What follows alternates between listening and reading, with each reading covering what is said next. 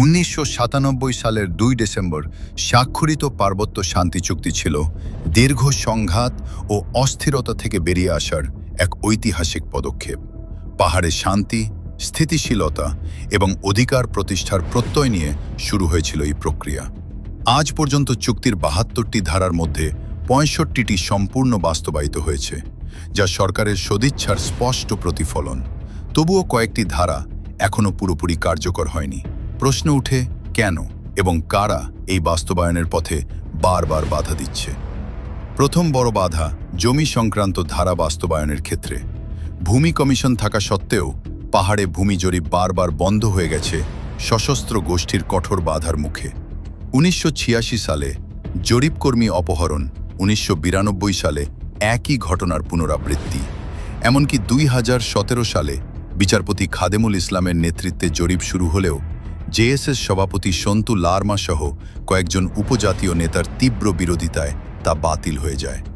এর সঙ্গে যুক্ত হয়েছে স্বার্থান্বেষী কিছু মহলের প্ররোচনায় নতুন করে জমির পরিমাণ বাড়িয়ে আবেদন করা, ফলে প্রকৃত মালিকানার হিসাব গড়বড় হয়ে পড়ে। আরেকটি বড় ধারা সশস্ত্র ক্যাম্প প্রত্যাহার। চুক্তি অনুযায়ী সশস্ত্র সদস্যদের স্বাভাবিক জীবনে ফেরার কথা, কিন্তু জেএসএস-এর একটি অংশসহ ইউপিডিএফ, প্রশীত এবং কেএনএফ এখনও সক্রিয়। তারা কিছু পুরনো অস্ত্র জমা দিলেও আধুনিক স্বয়ংক্রিয় অস্ত্র এখনও তাদের হাতে রয়েছে। এর ফলে স্থায়ী শান্তির পরিবেশ তৈরি করা অসম্ভব হয়ে পড়ছে।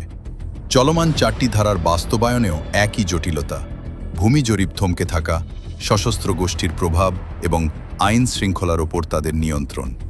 জেলা পুলিশের নিম্নপদে উপজাতীয় নিয়োগের ধারাটিও পুরোপুরি কার্যকর হয়নি, কারণ আইন শৃঙ্খলার পরিস্থিতিতে সশস্ত্র গোষ্ঠীর চাঁদাবাজি ও প্রভাব বড় হুমকি হয়ে দাঁড়িয়েছে।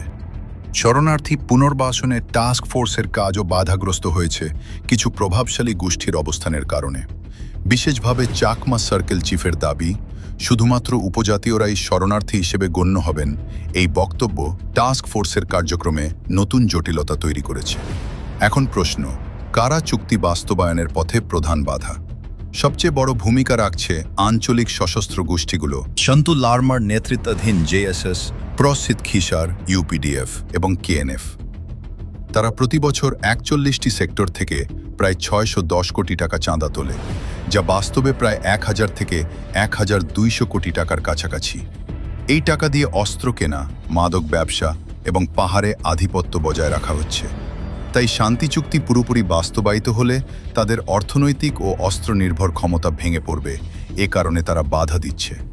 একই সঙ্গে কিছু স্বার্থান্বেষী মহল, সার্কেল চিফ, বিদেশমুখী এনজিও সংযুক্ত ব্যক্তিরা তাদের ব্যক্তিগত প্রভাব ও সুবিধা বজায় রাখতে বাস্তবায়ন প্রক্রিয়ার বিরুদ্ধে অবস্থান নিয়েছে।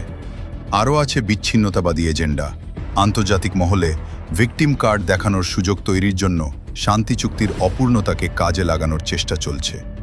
সব মিলিয়ে চুক্তির 65টি ধারা বাস্তবায়ন করে সরকার তার সদিচ্ছা প্রমাণ করেছে, কিন্তু বাকিগুলো আটকে আছে চাঁদাবাজি, সশস্ত্র তৎপরতা, ব্যক্তিগত স্বার্থ আর বিচ্ছিন্নতাবাদী চক্রান্তের কারণে।